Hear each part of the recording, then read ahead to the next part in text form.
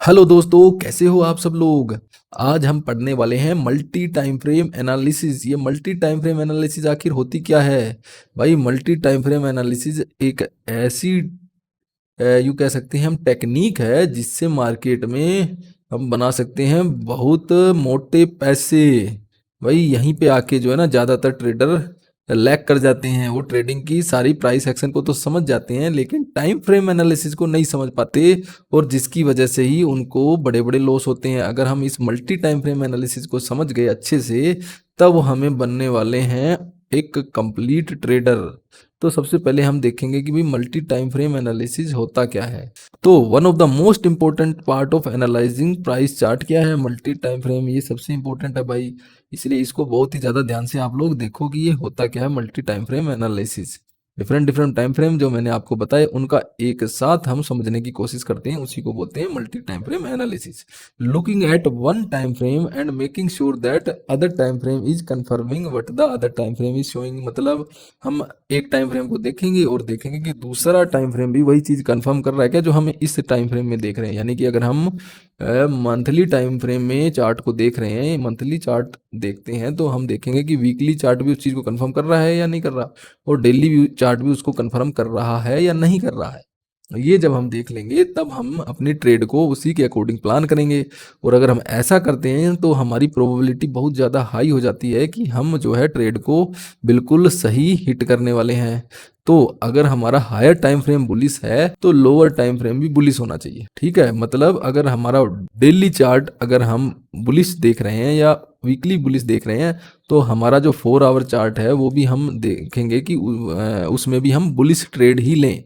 तो ये हमने थोड़ा सा ध्यान रखना है ट्रेड रिलेटेड टाइम की। जो हमारा हायर टाइम फ्रेम बोलता है हमें लोअर टाइम फ्रेम में भी वैसी ही अपॉर्चुनिटी ढूंढनी है, तो हमारी सक्सेस रेट ज़्यादा हो जाएगी। अगर आपका डेली टाइम फ्रेम है भाई बुलिश और आप उसमें शॉर्ट ट्रेड लेने की सोचोगे स्कैल्पिंग में, तो आप हमेशा वहाँ पे पैसे नहीं बना पाओगे। ज़्यादातर ट्रेडर इसी चीज़ को मिस करते हैं। वो हायर टाइम फ्रेम देखते नहीं है और ट्रेड में कूद जाते हैं। उनको कोई पैटर्न नजर आए, हाँ जी ये तो एक बियरिश पैटर्न है, वो उसमें बियरिश पैटर्न को सोचते ही शॉर्ट ट्रेड लगा देते हैं। लेकिन वो तो ये तो देखते ही नहीं है कि भाई यहाँ पे जो टाइम फ्रेम हायर है हमारा, यानी कि जो डेली है, वो पिछले काफी दिनों से प्राइस एक्शन बुलिश चल रहा है, तो हम बियरिश ट्रेड क्यों लगा रहे हैं। वो ये चीज नहीं देखते, वो तो बस केवल चार्ट पैटर्न्स देखते हैं। तो भाई चार्ट पैटर्न्स अकेले में अपने आप में कुछ नहीं होते हैं। चार्ट पैटर्न अकेले में अपने आप में कुछ भी आपको प्रेडिक्ट नहीं कर सकते, उसके साथ आपको अलग अलग जो ट्रेडिंग के पैरामीटर्स हैं उनको भी देखना होता है। उसी में से एक मल्टी टाइम फ्रेम एनालिसिस भी है। तो मैंने अभी तक जो वीडियोस कवर किए हैं उसमें आपको सारे ही पॉइंट्स कवर करता जा रहा हूँ, जिससे आप एक अच्छे ट्रेडर बन सकें, वो भी प्योरली टेक्निकल एनालिसिस के बेस पे। तो चलिए, अब अगर ये जैसे हायर टाइम फ्रेम हमारा यहाँ पे बुलिश है, तो हमें ट्रेड कौन सी लेनी है। लोअर टाइम फ्रेम पे भी अगर हम कोई ट्रेड ले रहे हैं तो भी कोशिश करनी है कि हम उसमें कोई बुलिश प्राइस एक्शन ढूंढ के वहां पे ट्रेड लें। ऐसे ही अगर हमारा हायर टाइम फ्रेम बियरिश है तो हमने वहां पे लोअर टाइम फ्रेम में भी कोशिश करना है कि कोई बियरिश प्राइस एक्शन देखें और वहां पे अपनी ट्रेड लें, वो भी शॉर्ट ट्रेड। तो ही हम प्रॉफिट ट्रेडिंग में कमा पाएंगे। और हम अपने आप को स्टॉप लॉस तो लगा के रखेंगे जिससे कि कभी गलती भी हो जाए तो हम बच सकें। तो market is fractal in nature, इस बात को समझिए आप। The same patterns appear on all time frames. यानी कि मार्केट में जितने भी टाइम फ्रेम है ना, वो अपने आप में कोई सेपरेट टाइम फ्रेम्स नहीं है। यानी कि अगर आप मंथली देख रहे हो तो अगर मंथली में कोई बियरिश प्राइस एक्शन आ रहा है तो आप देखोगे कि वीकली में भी बियरिश ही आपको प्राइस एक्शन के अलग अलग स्ट्रक्चर, जो कि वेजेस या हेड एंड शोल्डर, या हम देखते हैं double top double bottom triangles, जितने भी जो प्राइस एक्शन के पैटर्न है, अगर मंथली में आपको बियरिश दिखते हैं तो आपको मैक्सिमम टाइम वीकली में भी बियरिश दिखेंगे और डेली में भी बियरिश। यानी कि same patterns appears on all time frame. अब हमें वो जो पैटर्न्स तो अपीयर होते हैं लेकिन हमारी आंखों के अंदर उतनी ज़्यादा समझ भी होनी चाहिए, या हमने चार्ट्स को उतनी बार देखा भी होनी चाहिए कि हम उन टाइम्स जो छोटे टाइम फ्रेम में भी जो बड़े टाइम फ्रेम्स के पैटर्न हैं उनको देख पाएं। और अगर हम ऐसा करने में सफल हो गए तो भाई हम बन जाएंगे एक द ग्रेट ट्रेडर। तो फ्रैक्टल नेचर का मतलब क्या है, इसको समझते हैं अच्छे से। यानी कि मार्केट अपने आप में कोई भी एक टाइम फ्रेम कंप्लीट नहीं है। जितने भी टाइम फ्रेम है ना उनमें सेम ही स्ट्रक्चर बार बार रिपीट होती है। जैसे मैं फ्रैक्टल का अर्थ आपको नेचर में दिखाता हूँ। जैसे नेचर के अंदर अगर हम पत्तियों को देखेंगे तो पत्तियों के अंदर सभी पत्तियों में एक ही टाइप की स्ट्रक्चर हमें बार बार अपीयर होती नजर आती है। तो ऐसे ही यहाँ पे भी मंथली टाइम फ्रेम आप देखो या वीकली देखो, डेली सब में एक जैसी दिखेगी। अब हम इसको ना एक एग्जांपल से समझेंगे। मंथली को हम बड़ी लाइन में रखेंगे, डेली को हम डॉट डॉट लाइन में और वीकली को पतली लाइन में, तो हम उससे आपको ये चीज़ ज़्यादा क्लियर हो जाएगी। ये देखिए, ये एक प्राइस एक्शन है जो कि है अप ट्रेंडिंग मार्केट का। इसमें मार्केट ने हायर हाई बनाया, यहाँ पे मार्केट ने हायर लो बनाया और फिर से मार्केट ने एक हायर हाई बना दिया।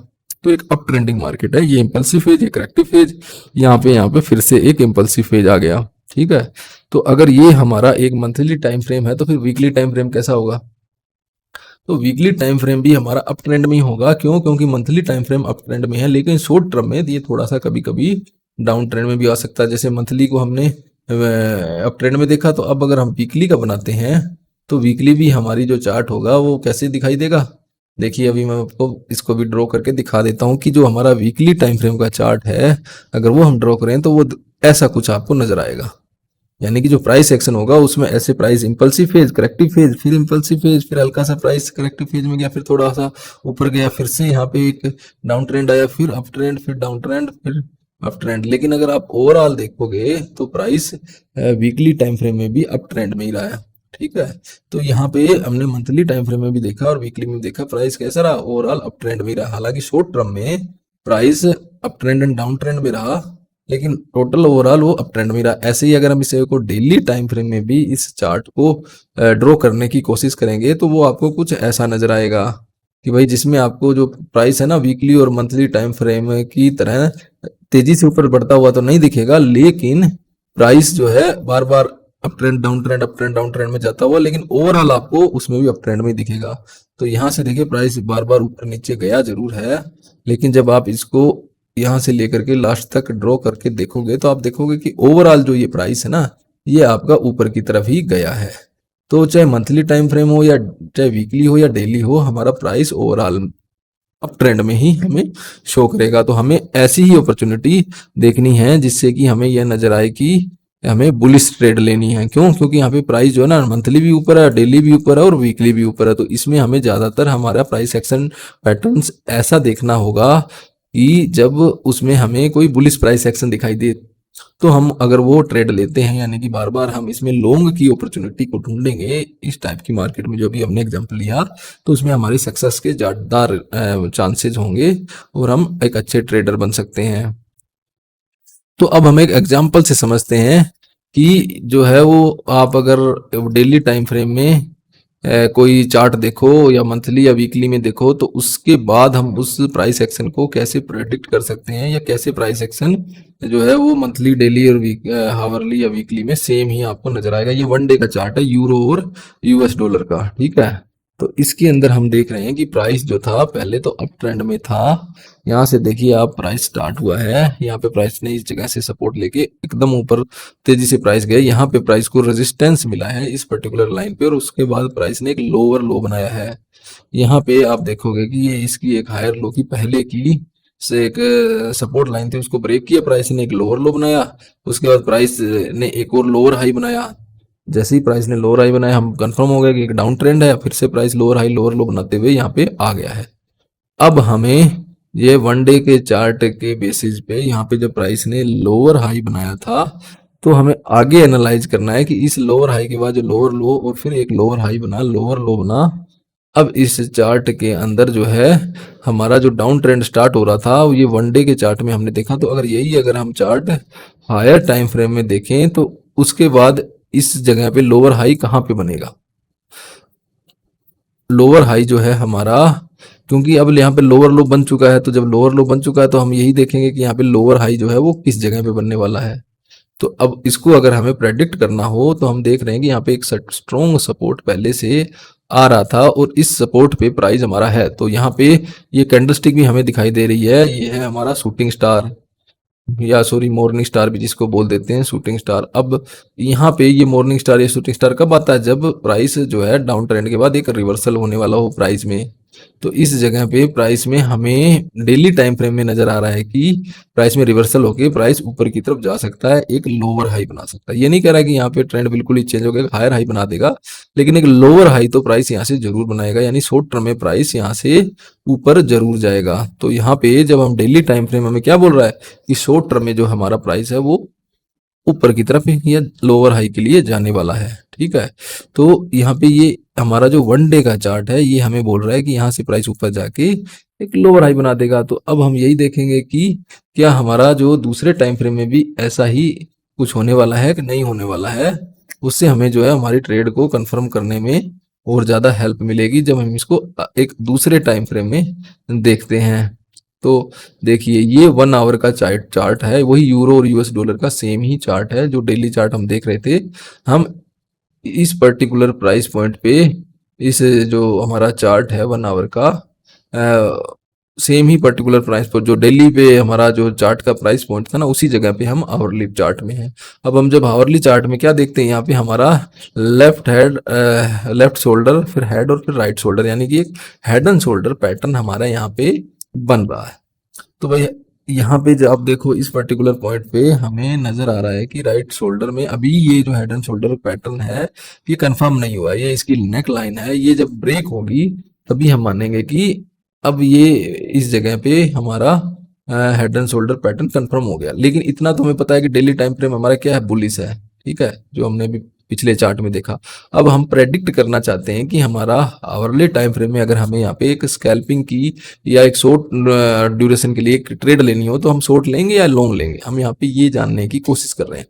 तो जो हमने डेली टाइम फ्रेम देखा उसमें प्राइस एक्शन हमारा बुलिश था, और हावरली में भी हम देख रहे हैं कि लेफ्ट शोल्डर, हेड और राइट शोल्डर के बाद यहाँ पे प्राइस है, यहाँ से प्राइस कभी भी ऊपर जाकर इस नेक लाइन को ब्रेक कर सकता है। तो यहाँ पे हमारे जो ज्यादातर जो हम ट्रेड लेने की कोशिश करेंगे वो सोचेंगे कि हम यहाँ पे लॉन्ग ट्रेड लें। क्यों? क्योंकि हमारा आवरली टाइम फ्रेम भी हमें बुलिश नजर आ रहा है, क्योंकि जब हमने पिछला डेली टाइम फ्रेम देखा था वो भी बुलिश था।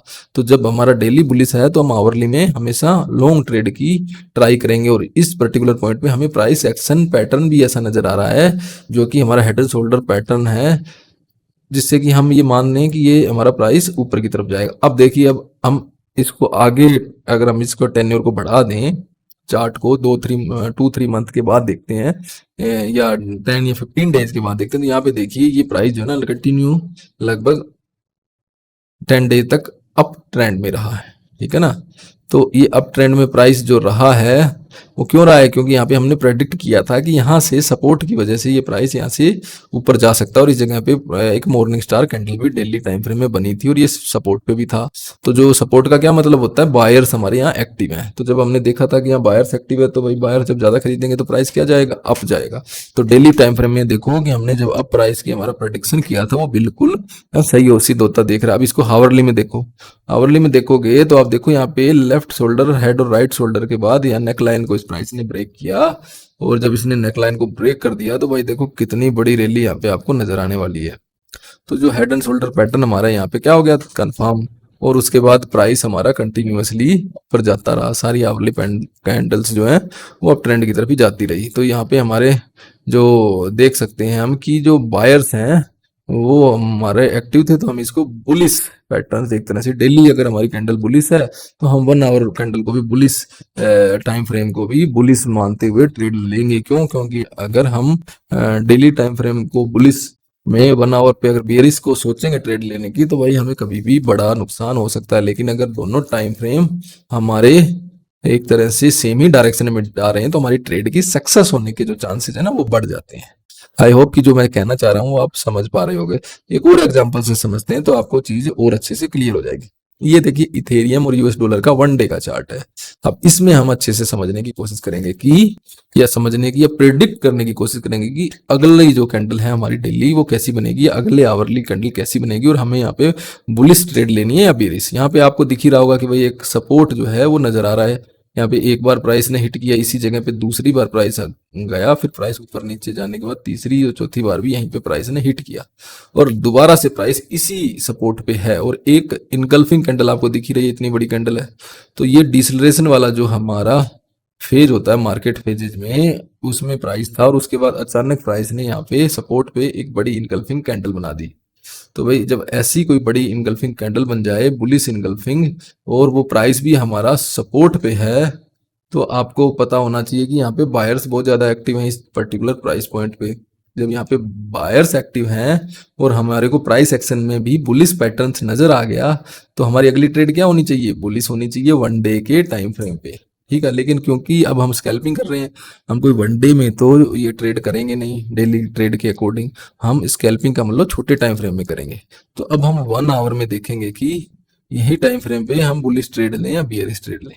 तो देखिए यहाँ पे प्राइस जो है वो तेजी से डाउन ट्रेंड में अपना चलता जा रहा था। ठीक है, यहाँ पे प्राइस जब नीचे की तरफ कंटिन्यूअसली जा रहा है तो इस जगह पे हमें यहाँ पे एक पैटर्न नजर आएगा हावरली टाइम फ्रेम में, जो कि आपको दिख ही रहा होगा। ये left shoulder, head and right shoulder, तो एक हेड एंड शोल्डर पैटर्न बना हुआ था। और इस हेड एंड शोल्डर पैटर्न को आप देखोगे ध्यान से तो भाई यहाँ पे प्राइस हेड एंड शोल्डर ये जो बन रहा है हेड एंड शोल्डर पैटर्न, अगर ये डाउन ट्रेंड में ऐसे inverse head and shoulder pattern बनता है तो ये कौन सा पैटर्न हो, कौन सा प्राइस एक्शन मूव है, ये रिवर्सल। रिवर्सल का मतलब यहाँ से डाउन ट्रेंड से प्राइस अब अप ट्रेंड में जाने वाला है। यहाँ पे आपको नेक लाइन स्पष्ट रूप से ऑलरेडी शो हो रही है कि ब्रेक हो चुकी है। ठीक है, तो जब नेक लाइन आपकी ऑलरेडी यहाँ से ब्रेक हो चुकी है और यहाँ पे एक और ऊपर जो स्ट्रॉन्ग ट्रेंड लाइन है जहाँ पे ऑलरेडी 2 बार प्राइस हमारा रेजिस्टेंस पे जा चुका था, वो भी यहाँ पे प्राइस ने ब्रेक कर दी और एक हायर हाई प्राइस ने ऑलरेडी बना दिया। तो आपको यहाँ पे कंफर्म हो जाना चाहिए कि प्राइस ऑलरेडी बुलिश मोमेंटम को स्टार्ट कर चुका है। तो जो हम नेक्स्ट ट्रेड लेने की कोशिश करेंगे वो क्या करेंगे, बुलिश ही करेंगे, क्योंकि यहाँ पे हमने 3-4 अलग अलग एंगल से देख लिया कि प्राइस बुलिश प्राइस एक्शन की तरफ जा रहा है। तो यहाँ से हम अपनी बुलिश ट्रेड ही लेंगे आवरली टाइम फ्रेम में भी। क्यों? क्योंकि डेली जो टाइम फ्रेम हमने देखा वो देखा कि बुलिश है और आवरली भी बुलिश है 1 आवर टाइम फ्रेम, तो हम यहाँ पे बुलिश ट्रेड ही लेंगे। तो अब आपको मैं दिखाने वाला हूँ कि नेक्स्ट डेज या नेक्स्ट 2-3-5 डेज में क्या हुआ इस चार्ट में इथेरियम यूएस डॉलर के। तो आप देखो यहाँ पे कितनी तेजी से continuously 6 to 7 day price up trend में गया। ऐसे ही आवरली में भी आप देखो कंटिन्यूस प्राइस जो है बहुत तेजी से ऊपर की तरफ गया। तो ऐसे हम लोग मल्टी टाइम फ्रेम एनालिसिस करेंगे, जैसे अभी हमने किया कि हमने पहले क्या देखा, बड़ा टाइम फ्रेम, उसका हमने प्राइस प्रेडिक्ट करने की कोशिश की। जब हम उसको प्राइस प्रेडिक्ट करने की कोशिश की तो देखा कि प्राइस बुलिश है, तो हम हावरली टाइम फ्रेम वाली कैंडल्स को हमने देखा और उसमें भी हमें प्राइस एक्शन बुलिश ही नजर आया। तो हमने यहाँ पे लॉन्ग ट्रेड ली और देखिए हमारा प्रॉफिट यहाँ से ले करके और यहाँ तक, तो यहाँ पे ही मार्केट में मोटा पैसा बनता है। लोगों ने अभी तक इसी चीज को नहीं समझा है।